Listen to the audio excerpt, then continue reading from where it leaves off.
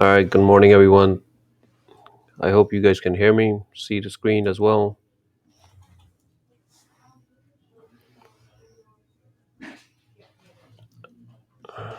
Okay.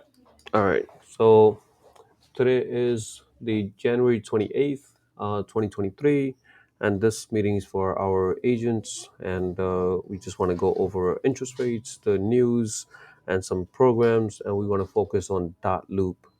This is a program that we're using for all our documents. So for new agents and experience, we want to go through that so we are, staying up to date with our systems. So let's get started here, guys.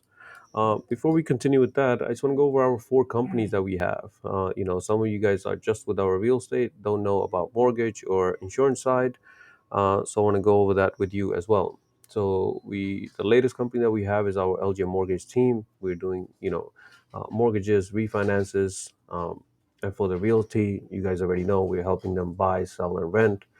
And for insurance, we have our home insurance, car insurance, and the last is our hub, which is like a FedEx and UPS ship center. And we help pack and ship stuff. So we get leads from all of these companies, and we do send them to our real estate agents. Okay, those are our four companies. So if you guys need more information on this, talk to me about that. Okay, so let's talk about our interest rates first, right? Interest rates, this is according to Freddie Mac, the interest rates are trending downwards. Okay. As we spoke about on Wednesday, the interest rates are going down. That's a good news for our realtors because we want to get those buyers that were like not too sure if they want to buy now or wait. Right now is like a near perfect time to make your offers because the interest rates, if they go lower, they're going to be more buyers coming in and the price is going to go up again, right?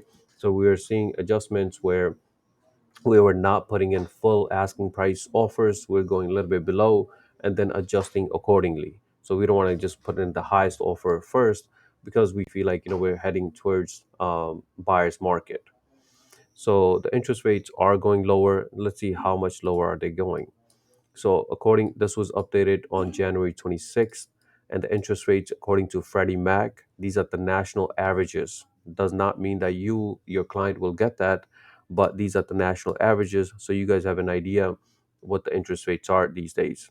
So according to them, it's 6.13 for 30-year fixed rate, fixed 30-year fixed for mortgages, right? And let's look at new mortgage news daily, and according to them it's very similar to Freddie, and that is 6.20. If they're going with the FHA, they might get a little bit lower than 6.20. But then again, the point of this interest rate to show you guys, so you guys have an idea where the interest rates are falling this week. Okay, so if your client is getting an interest rate of 8%, you'd be like, wow, why are you getting 8%? I thought the national average is 6%. And they'll tell you, hey, my credit is bad, or I'm getting non-QM, or I'm getting, then you understand. And if someone tells you I'm getting an interest rate of 4%, you're like, oh, let me find out how. Are you doing a buy down where your loan officer is telling you you're gonna be paying 4% for the first year, and then maybe 5% the next year, and then it goes back to 6% on the third year, right? So you guys want to be, have knowledge of the interest rates. So if someone is getting low, you want to ask them, are you getting a buy down from your loan officer? So this way you know what you're talking about. But the regular averages without paying any points or anything like that, the national averages is around 6.2. Okay. Any questions on interest rate, guys, for this week?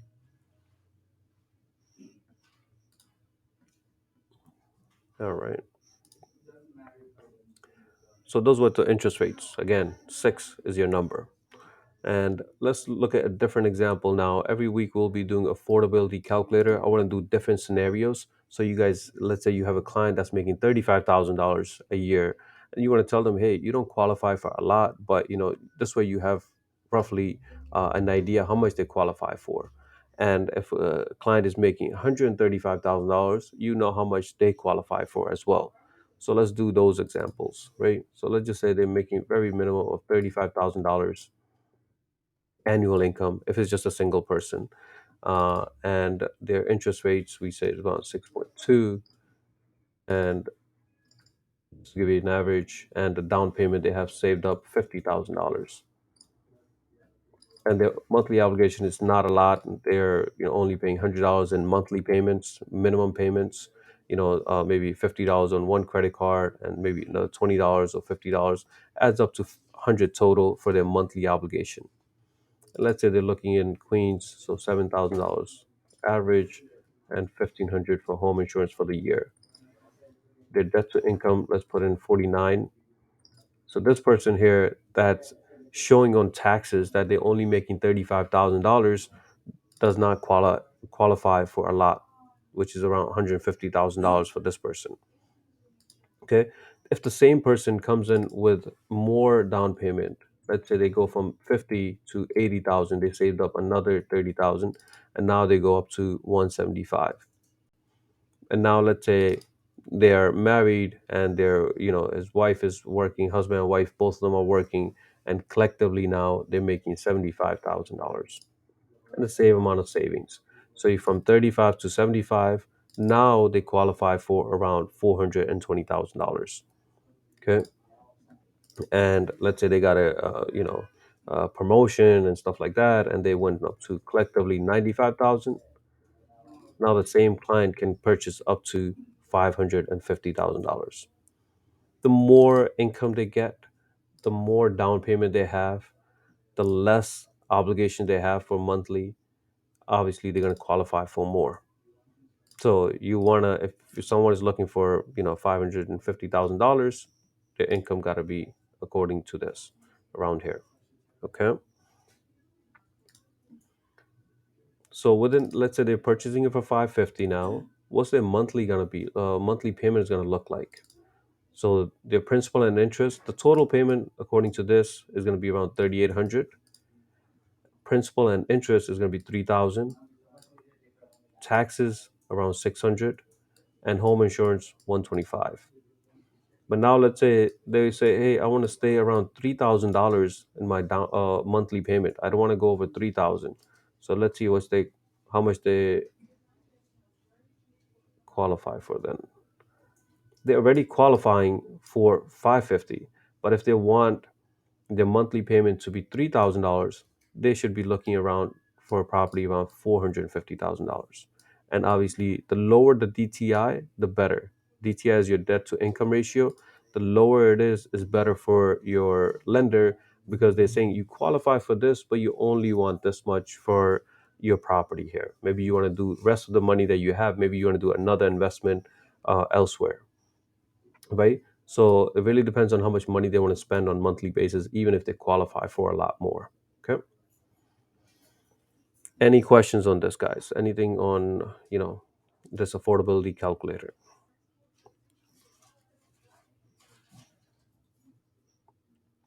We're good. All right. Again, same article that we were looking at earlier. The mortgage rates are trending downwards, and hopefully they stay down. And these are the news facts from Freddie. 30-year fixed rate mortgages averaged 6.13% as of January 26, 2023, down from last week when it was averaging at 6.15. Again, even if it's a small percentage, we're looking at the whole America. And then as long as it's trending downwards as realtor, that's a good news for us. Okay. But then look at this now. Last year, the same time, the average was around 3.55.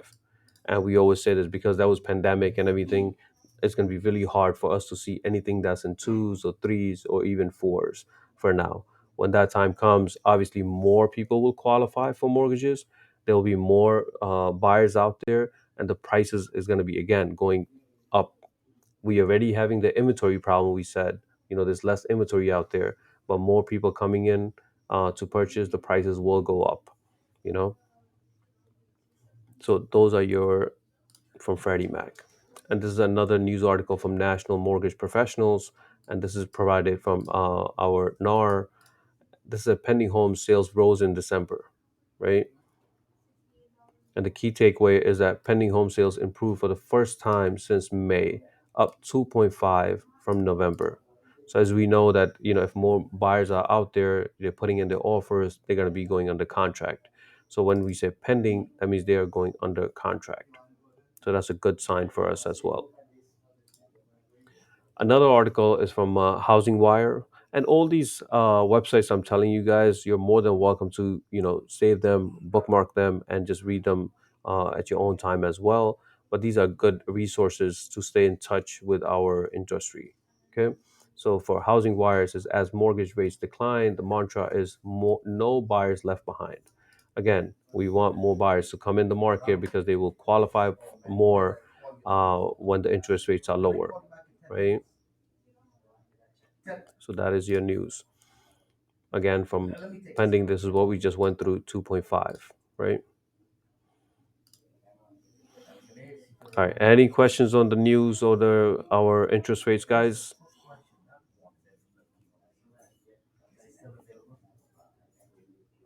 All right. Next, I want to go through Stratus and I want to show you how we find just the properties that are bank owned, right? This is already bank owned properties. These are great resource for our investors. So if they're looking for a property that they want to do a flip on, you want to look for um, REO, which are bank owned properties. So you want to go to listings and search. If you don't see this menu up here, like we said, it might be on this side here. On the left, you can just click on this icon and it will bring it up here. Either or works. It's just your preference. But once you're in there, you want to go to listing and search. And then you want to click on save searches. I already saved those searches for you. So it's called REO, Queens, and Nassau. If you click there, all you got to do is click on results.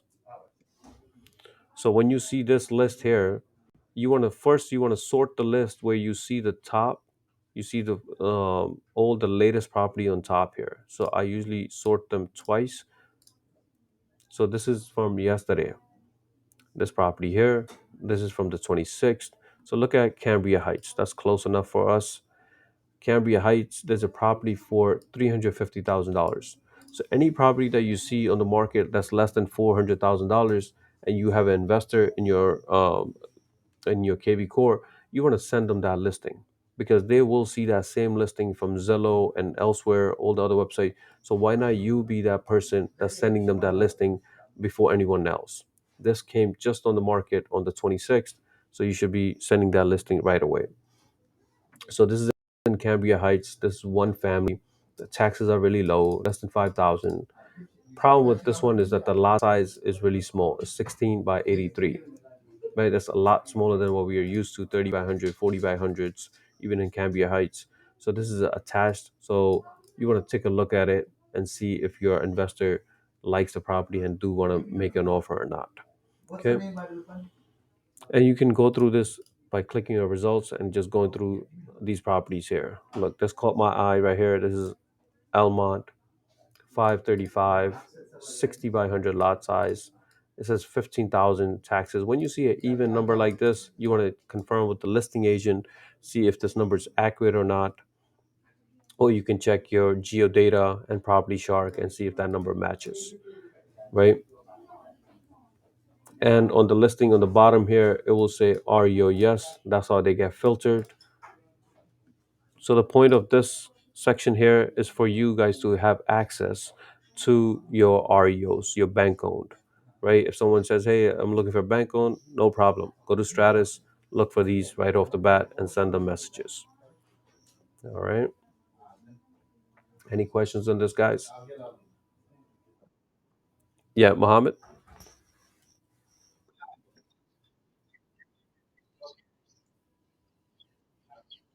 Not really. Some of them will say that, and the description will say that, right? If it says short sale or foreclosure, it will disclose that. Um, just for you, just you mentioned that if it just says REO, right, is bank owned, and usually the tenants are living there. That's the problem there. So you have to get them out, right? But as long as the investor has the money, right, and there are plenty of investors out there that they, as long as you find them a good deal, they will go with it, even if they have to get them out, especially in Nassau, in Long Island. If it's in Queens, they hesitate a little bit because getting rid of any tenant that's non-paying tenant is a little bit harder or longer process in Queens compared to Long Island, right? Any other questions, guys? All right. Again, we want to go through our LoopNet, and I just want to see what's on the commercial side, what's on the market. Just LoopNet. I put in Nassau, but how about we check out Queens? Let's see, Queens. When you just type in Queens, you want to look for county. So Queens County, and I sort it by newest. I'm doing this live. Let's see what's on the market. So there's a six family for 2.1. So again, if you have an investor that's looking for commercial properties, you want to show them this. Another one, this is close to our other location on Jamaica Avenue, 2.7. Again, commercial sites, you guys want to take a look at it, right?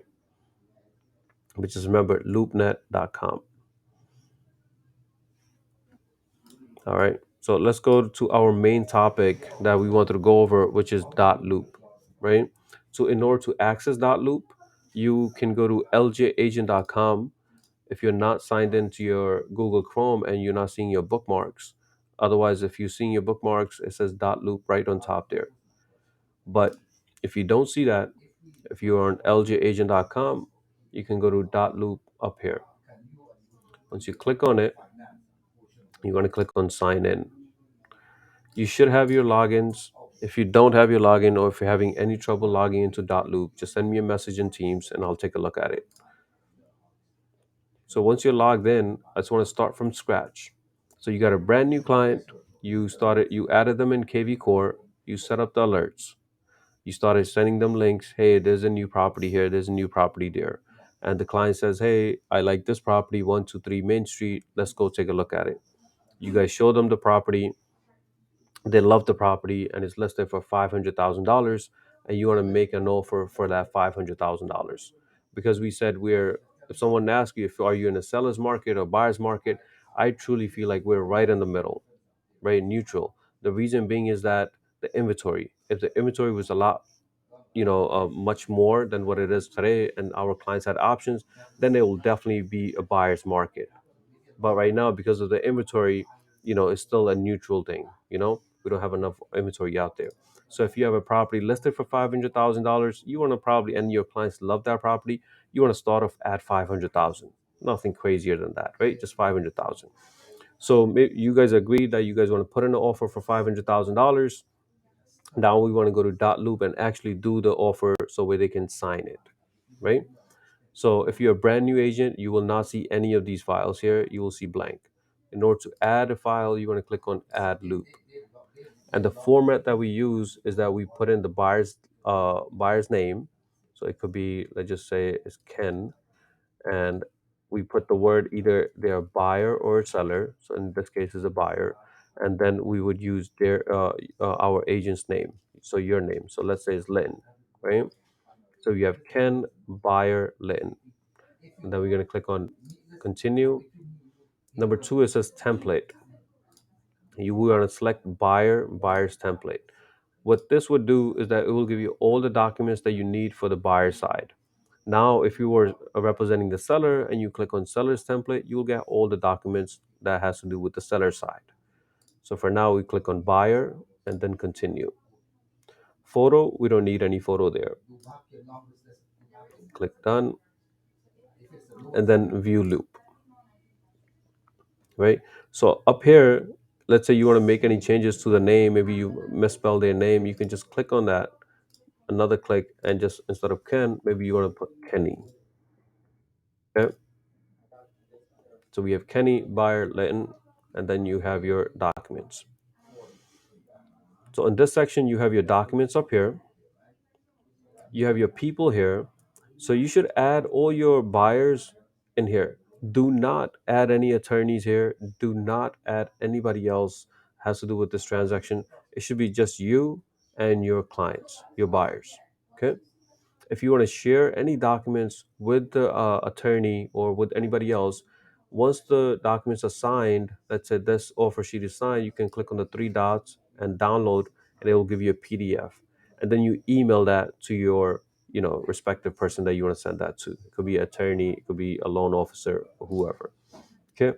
But in here under people, just click on add, put in Kenny's full name, Kenny Barnes, and their email address.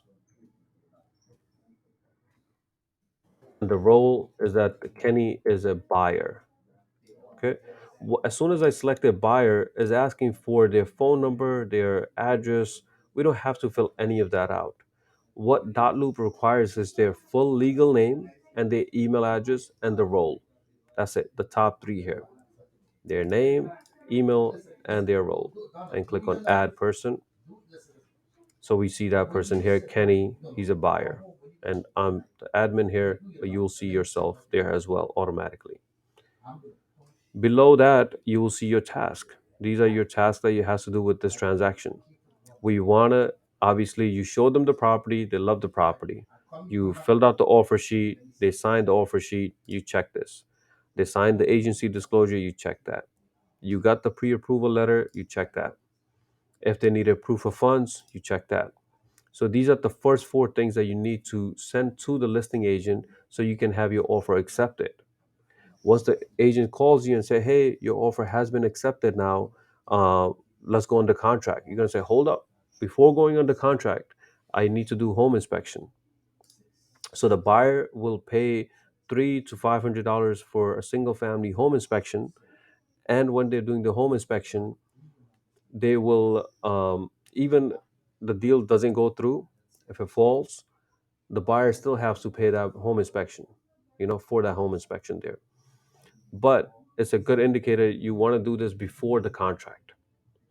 If there's any flaws, if there's any major repairs needed, or if there's a structural damage, anything major, minor, you want to review that with your buyers and say, hey, your home inspector said there's 10 things that's wrong. Let's pick out three of them that's really important, right? So we can really negotiate and see if we can get either the price a little bit down or have the seller fix those things, right? Because you're that person that is really critical. Once you guys come up with that, hey, these are the three things we have to get fixed, the attorney will add those three things to the contract, right? They can add it as a writer, or they can just leave it on the contract in a paragraph saying that, hey, the seller and the buyers are agreeing to get these three things fixed before the closing. Okay. Sometimes the seller says, hey, I don't want to deal with that. I don't want to touch my property, but I'll give you $5,000 credit. Great. You paid your buyer paid $300 or $500 for the home inspection, but now they got $5,000 credit because of that. And that's the reason for the inspection. You want to do those. Okay. Once the home inspection is done, you check that off. Then your buyer gets the contract from the seller's attorney. Seller's attorney write up the contract. It goes to the buyer's attorney, and the buyers sign the contract first. And whatever you put on the offer sheet, they are willing to put down $10,000 as earnest deposit, $20,000 as the earnest deposit, whatever the amount is. There, the buyer will have a certified check for your seller's attorney. Okay. The buyer's attorney will send that contract to the seller's attorney, and then the seller will sign. First, the buyer signs, then the seller signs. Once both parties signs, you have done your job where you really show them and you took it to that level. Now it is going to be the attorneys and the loan officer's job to take it to the closing. As we already know, going under contract is so hard because you have to go through million steps before that. As long as you got the buyers and the sellers signed, you have a fully executed contract, you're on the right track, right?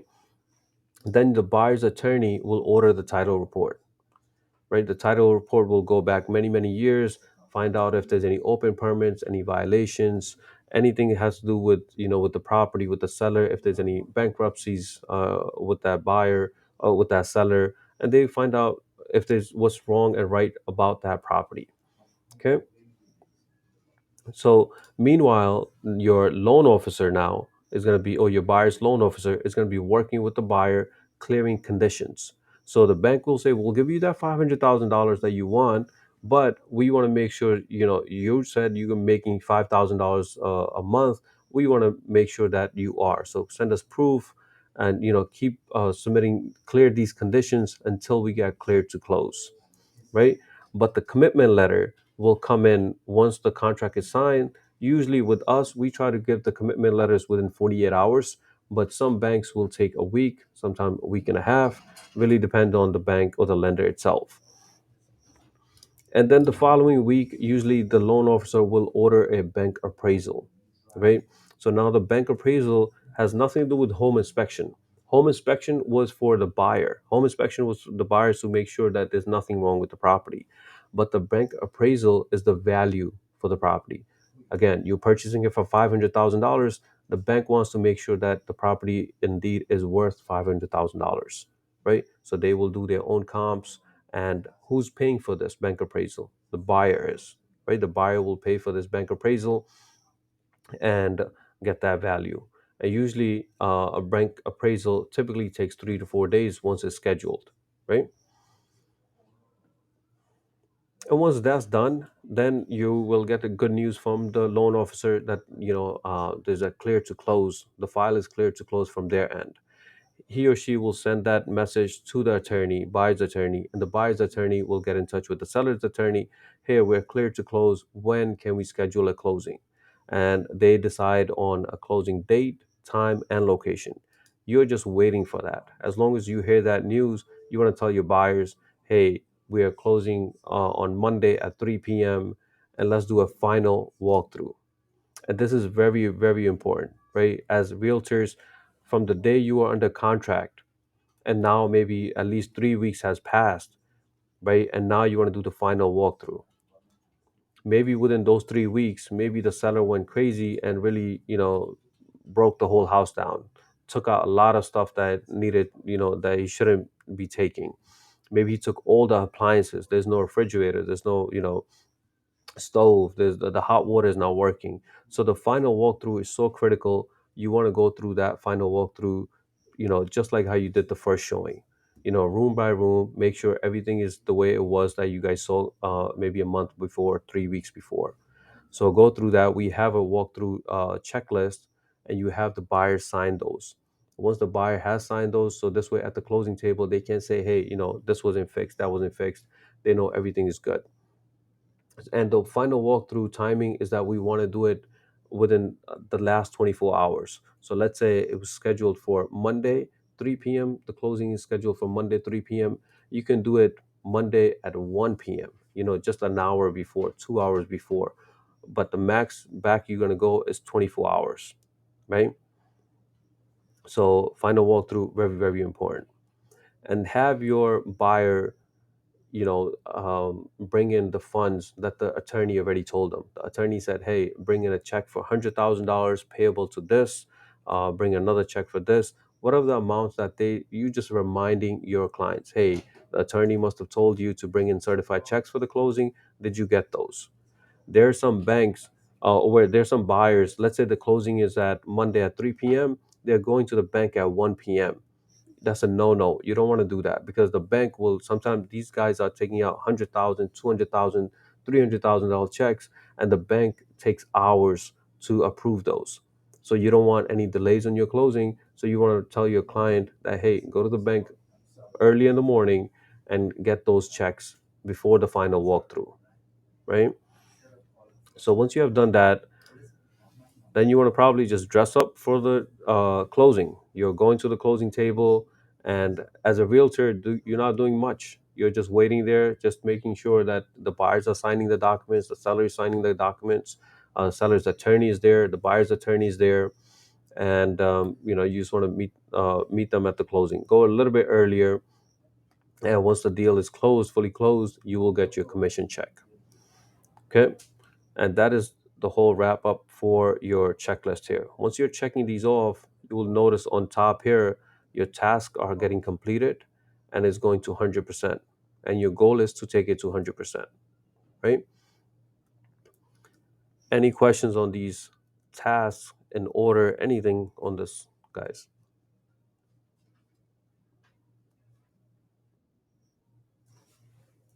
Yeah, Mohammed?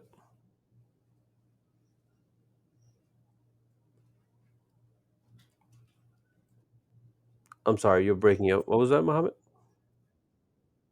Yeah, now it's better. Yep.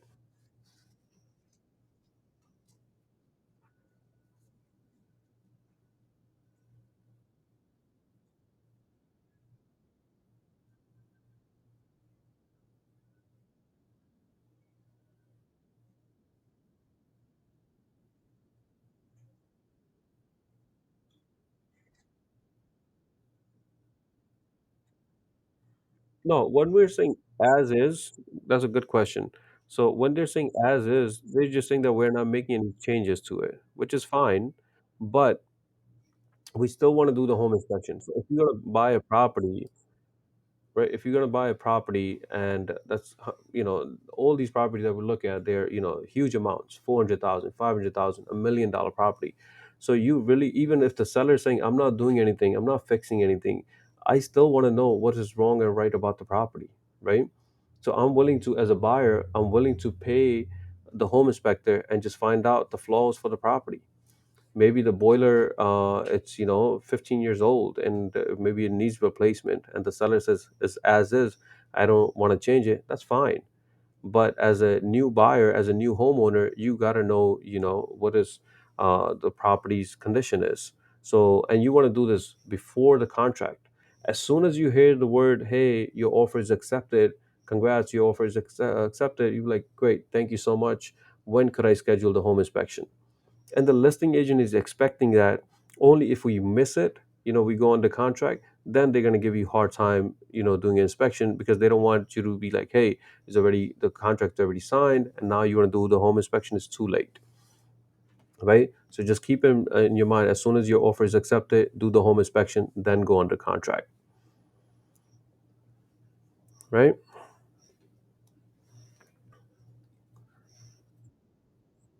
Yeah, Brian.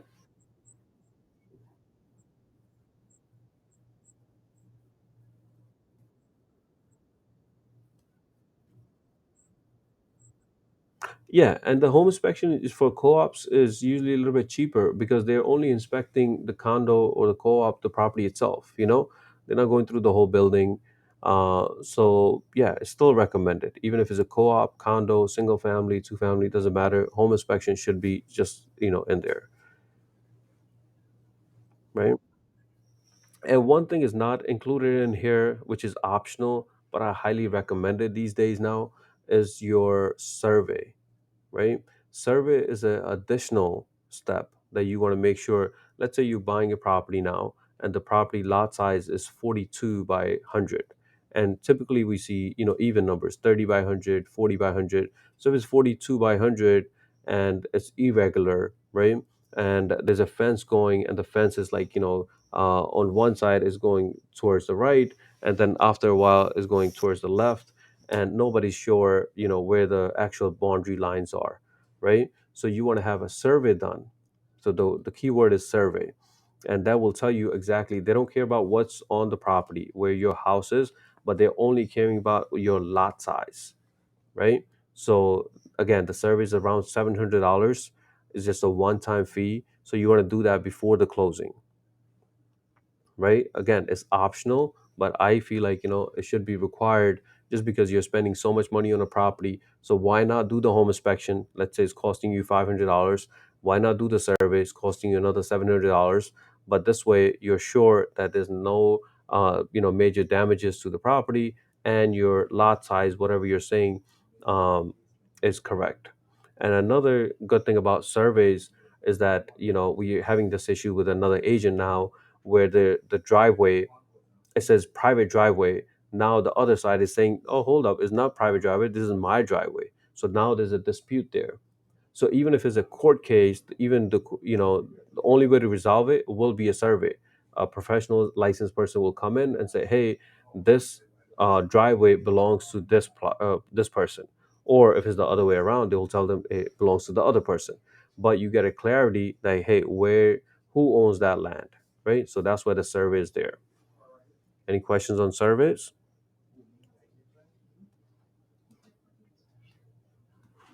All right, guys. So before we go to questionnaire and our offer sheet here, deal sheet, all these documents, if you have a document that you want to add here, so let's say you got a wet signatures for someone and they signed an agency disclosure while you were there, fine, they work. You just want to click on, you want to scan it to your computer, click on add and browse. If it's a PDF, you just copy that PDF and open it, and it will come up here. Once it's in there, you can click on these three dots and rename it to anything you like. So you can add any documents for that deal just to make your life a little bit easier, in here too. And another agent was going through this where the commission amounts change. A listing agent should never change how much commission that they're going to pay to the buyer. But once you have you're submitting your offer, it's always a good idea to go to your status. So let's say it's this property here, and this person say the buyer's agent is going to get paid 3%. Download this and then download it as a PDF and add it here. So you know that you're going to make 3%. Okay. So this is how you add documents. So for the automatic forms that these are coming in, the first one is your buyer's questionnaire. So these are the buyer's questionnaire that you can go with your clients over the phone. If you have this printout, just go over it. The point of this is that you get their information the first time that you're meeting them, so you don't have to go back and forth. Hey, are you looking in this area? Are you looking for one family? Are you looking for 3 bedrooms, 4 bedrooms? All these questionnaire you guys should know inside out, right? So once you have that filled, you want to add those. Take this data from here and add it to KV Core. Okay. So I'm going to go real quickly with this. On top here, it says buyer's name, if they have a co-borrower, right, a co-signer, where they're living now, their phone number, email, which area they want to be in, what type of property, one family, two family, condo, co-op, commercial, mixed use. They're going to usually tell you whatever they like, condo or co-op or single family. How many bedrooms, bathrooms, lot size, or if they need a basement. Are they looking for new construction, renovated property, or needs work? Are they looking for detached, attached, or semi-detached? How about their parking situation? Do they need private driveway or not? Their schoolings, you want to find out from their, about their kids. If they need good high schools, middle schools, you want to put that in there. Is this their first time purchasing a property? Is this for investment? And we went through this sheet with every one of you guys on 101 already. But if you guys have any questions, you tell me. We have the finance information here. What's the property range they're looking for? Is going to be all cash or financed, right? What is their, do they already have a pre-approval letter? Yes or no? If it is yes, put in the amount. Are they getting FHA or conventional? Right? You want to ask these questions. You want to ask them their schedule, so you don't have to keep going back and forth. Hey, I have a nice property, and do you want to see on Tuesday? If you ask them their schedule from day one, you don't have to go back and forth with them. Okay. Again, once you fill that out, you want to give them your a buyer's packet. You want to set them up in KV Core, and right off the bat, you want to find out what are their top 5 properties. When you set up the alerts, you're sending it to through KV Core. It's usually 30 or 40 different properties. You're just picking up 5 of them. Out of those 5, you want to see, contact the listing agent and start showing these properties. Okay, so this is your buyer's questionnaire. Any questions on that, guys? Okay. So the next is your LJ offer letter and disclosures package. So I made a small video earlier before too regarding this, but it's very important that we have all the documents signed up front. So this way you get your commission and the buyers cannot go to another agent and start working with them when they have these documents signed. Okay. So it's called LJ offer letter and disclosures package. So this is the offer sheet. Most of you guys already know, but I'm going to fill it out real quickly. It says date, the address of the property. So let's say you show them 123 Main Street in Elmont. Receive from, we said our client name is Kenny, where Kenny is living right now, 321 Wall Street, and we're purchasing a property for $500,000. And he only wants to put, so that $500,000, how's that getting broken down here? First is your how much he's going to put on the contract. So let's say they're putting $10,000, right? So let's do the math here, guys. So if it's $500,000 property, and they're putting $20,000 or 20% down, so that's even $100,000, right? So they're putting 20% down in this example here. So the mortgage they're gonna get is $400,000, right? C, for other concessions, we're leaving a blank. So if it's 20%, so on D it says what's going to be your balance to be paid from the on title.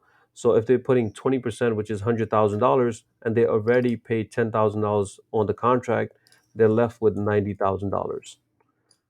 So you want to add A, B, C, D, and you want to put the total back up again here.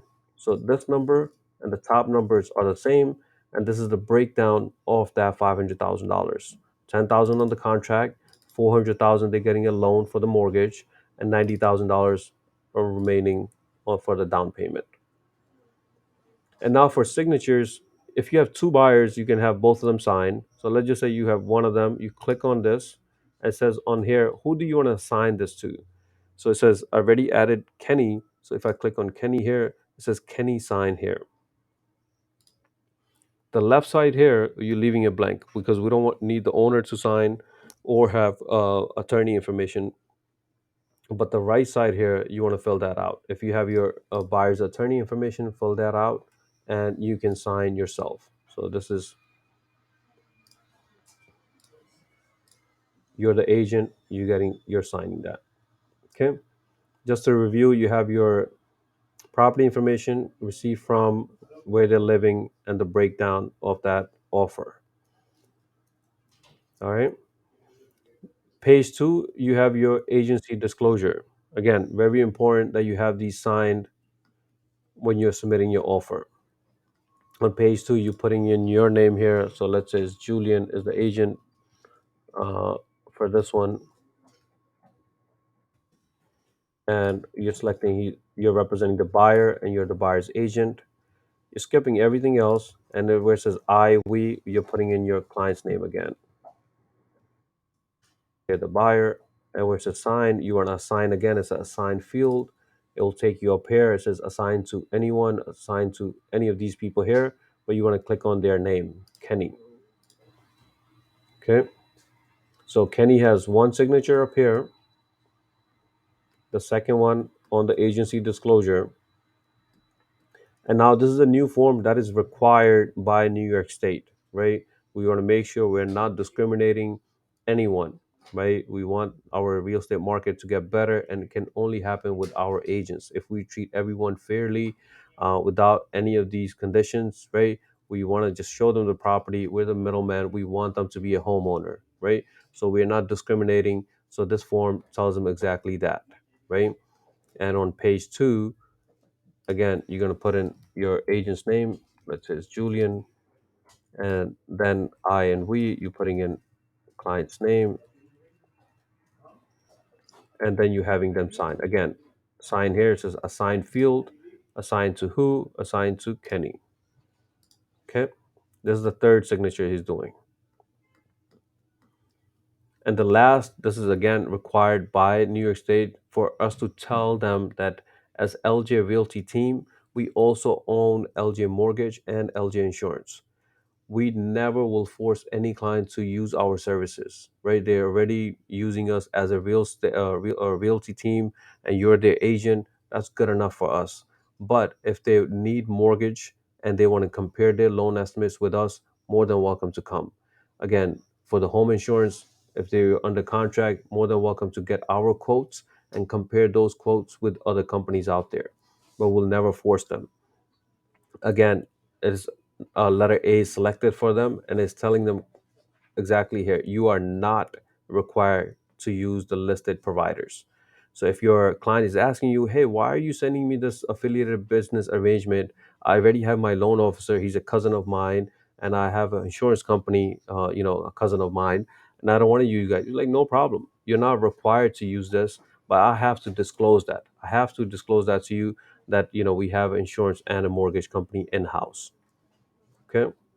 And once they're acknowledging it, you're going to click on assign field and Kenny signs here.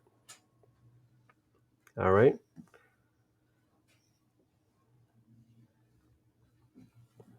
So from the top on the offer sheet, Kenny's going to sign here. On agency disclosure, Kenny's going to sign here. For the discrimination form, Kenny's going to sign here. And affiliated business arrangement, Kenny's going to sign here. Okay. Once you're ready for him to sign or e-sign, you want to click on save and share. This pop-up comes up. It says Kenny is checkmarked. Kenny's the buyer. He has 4 fields that are assigned to him that he can sign. Make sure that this one always says can sign and nothing else. So this way he cannot make any changes to it. He can view whatever you typed up and he can sign it. If any changes are needed, you have to make the changes and then resend it for signatures again. Okay. Any questions on this guy so far?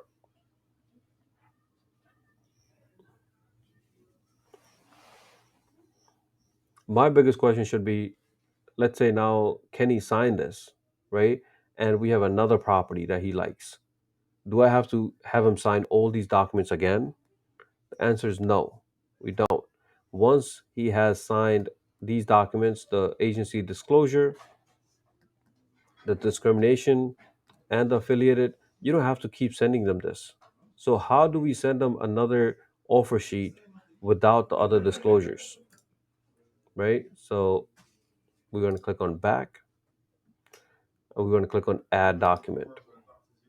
From templates, buying template, offer sheet, copy. So this one here now is just one page. And this could be your second offer, it could be your third offer, it could be any offer that you like. The second and third time, you do not have to send the other package. So the goal here is that you guys send out this offer sheet for the first offer that you're sending it to them. Any additional offer you can add document. And if you want to, how could you tell what offer is this for and what offer is this for? I would rename them. So this one up here, I would click on the 3 dots, rename. I would put leave everything it's the way it is, and I will say this is for 58 Wall Street. And the first one here, I want to click on 3 dots and rename and probably put in this is for 78, I don't know, Nut Street. All right. So you have 2 of those here. This one didn't save. 58 Wall Street. Right. So you can easily say, see that this offer is for this property and this one is for that property. All right. Any questions so far, guys? Because you guys are going to be using this on daily basis with every offer out there, and I want you guys to know this inside out, so you guys can actually utilize this. Questions, concerns, anything on your mind,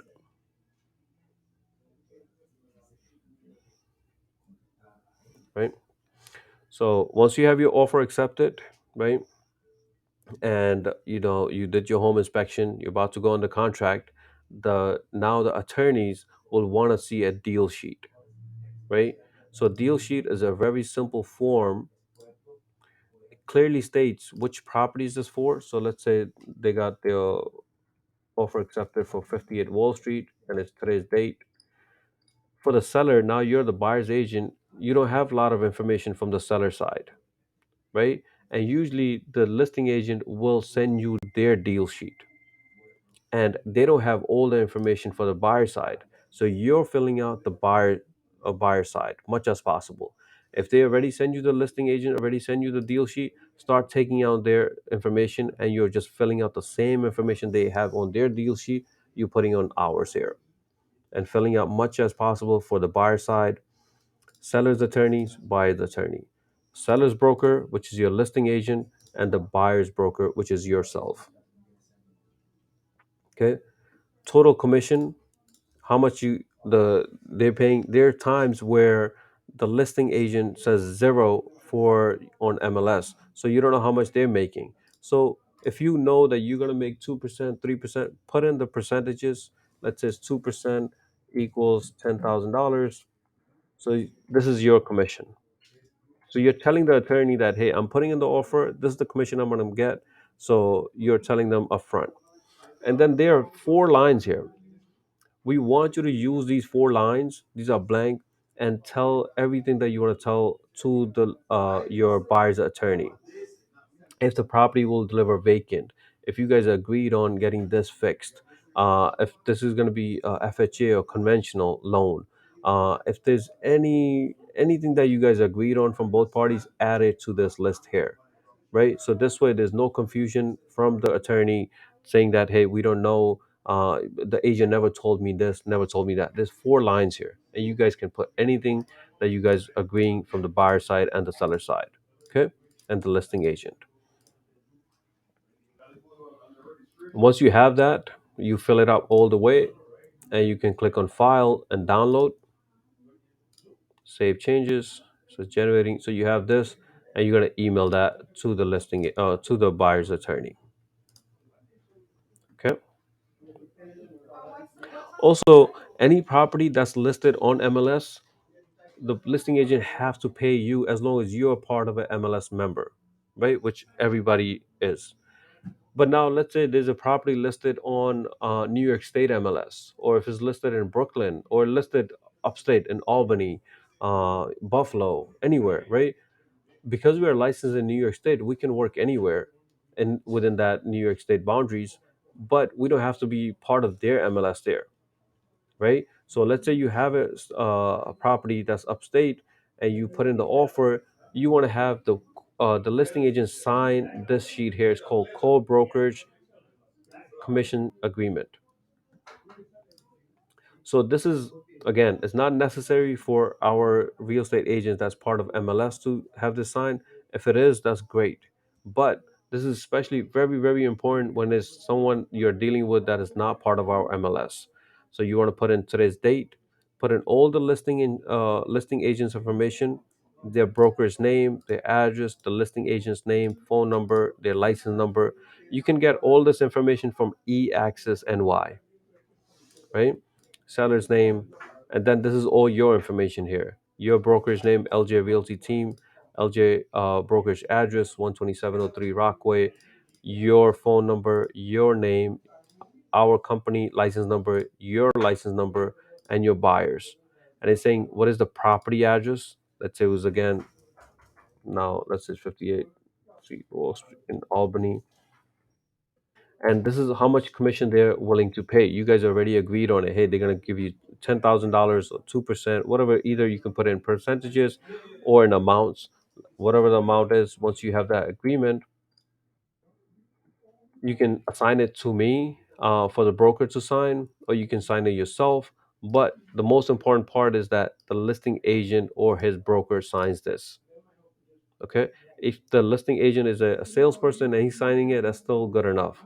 If he has his listing broker signs it, that's fine too, right? But we need their party to acknowledge that at the closing they're gonna pay you guys $10,000 commission, whatever you guys agreed on at the closing, and this will the attorneys will treat this as an invoice from you. All right. So we what did we go over on this? We have your questionnaire, you have your offer letter with the disclosures, you have your single offer letter for second or third offers, you have your deal sheet when you're ready, about to go under contract, and then your core brokerage agreement if they're not part of our MLS. Okay. Then we have our final walkthrough checklist that we spoke about earlier. You're simply going through this checklist with them. Once they have checked that everything off and they're signing it. Again, this one you don't have to send as a in dot loop. You can actually print that out, take it with you at the final walkthrough, and have them sign it. And you can come back and scan it and upload it back to dot loop. All right. So we'll leave it at that, guys, for our dot loop. Please tell me any questions, concerns, anything on dot loop.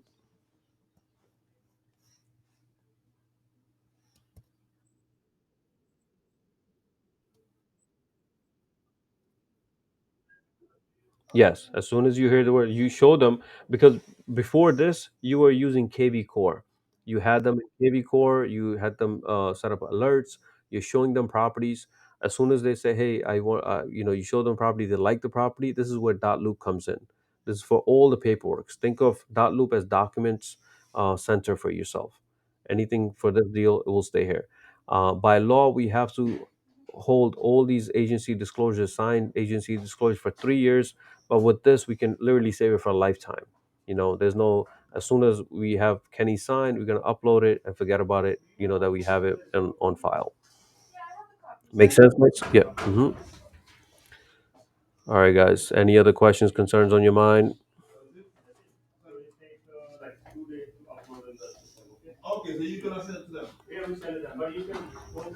All right, guys. So we will leave it at that. We'll do the next meeting on Wednesday at 11 o'clock with a different topic. If there's some topic that this was again, dot loop was from another agent they wanted us to go over. So if anything that's on your mind, we're thinking of diving deep into KV Core for Wednesday, and going through interest rates and what's on the market and stuff like that. But anything that's on your mind that you want us to focus on, just send me a message in Teams. Hey, Lucky, for the next meeting, let's go through this, and I will do that for you. Um, if there's no questions or concerns, you guys can get going one by one, guys.